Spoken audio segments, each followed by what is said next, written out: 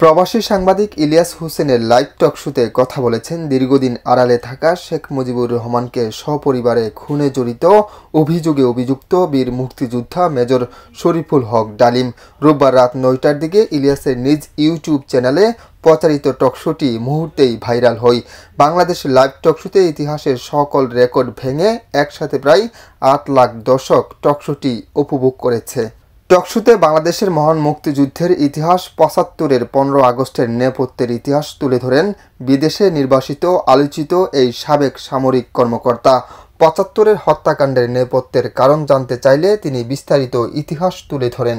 ৭৫-এর ১৫ August ঠিক কী হয়েছিল জানতে চাইলে মেজর ডালিম বলেছেন, খুব স্পর্শকাতর প্রশ্ন, নিজের ঢুল নিজে বাজানো যায় না। প্রথম কথা, 15ই আগস্ট কোনো বিচ্ছিন্ন ঘটনা না, এটার সূত্রপাত হয় মুক্তিযুদ্ধ চলাকালীন অবস্থায়।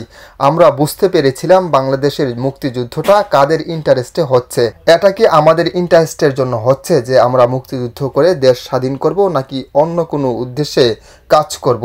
এই বীর উত্তম বলেছে, যখন ৭ দফাতে চুক্তি করে নজরুল ইসলাম তাজউদ্দিনকে পারমিশন দেওয়া হলো একটা প্রভিশনাল গভর্নমেন্ট গঠন করার, 7টা ক্লজ পরে সাইন করার পর নজরুল ইসলাম ফিট হয়ে পড়ে গিয়েছিলেন যে আমরা ক্রমাগত ভারতের একটা করদরাজ্য অঙ্গরাজ্যে পরিণত হব।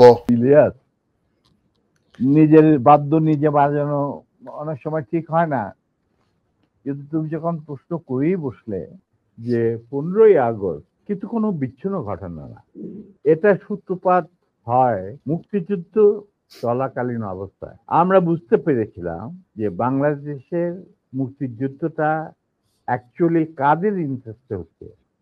এটাকে আমাদের ইন্টারেস্টে হচ্ছে যে আমরা আমাদের দেশ যুদ্ধ করে স্বাধীন করব, নাকি এটার পেছনে অন্য কোনো উদ্দেশ্য কাজ করছে।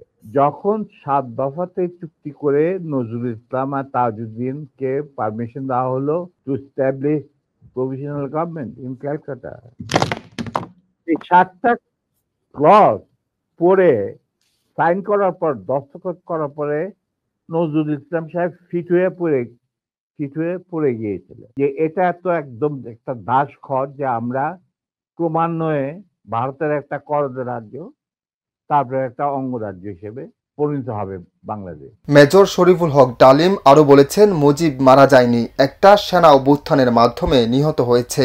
বাকশাল বিদায়ের পর কোটি কোটি মানুষ রাস্তায় নেমে এসে শুকরিয়া আদায় করেছে।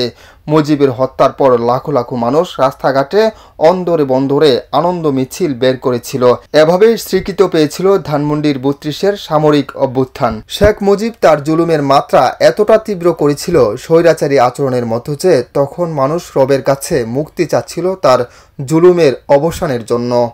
তার নিষ্ঠুরতা এমন অসহনীয় পর্যায়ে চলে গেল ইলিয়াস, সেই মুজিবের জন্য লোকজন আল্লাহর কাছে দোয়া চাচ্ছিল যে আল্লাহ আমাদের আজাদ দাও, নমরুদের হাত থেকে আজাদ দাও, আমরা শেষ মরে যাচ্ছি সব। নিউজ ডেস্ক, আমার বার্তা।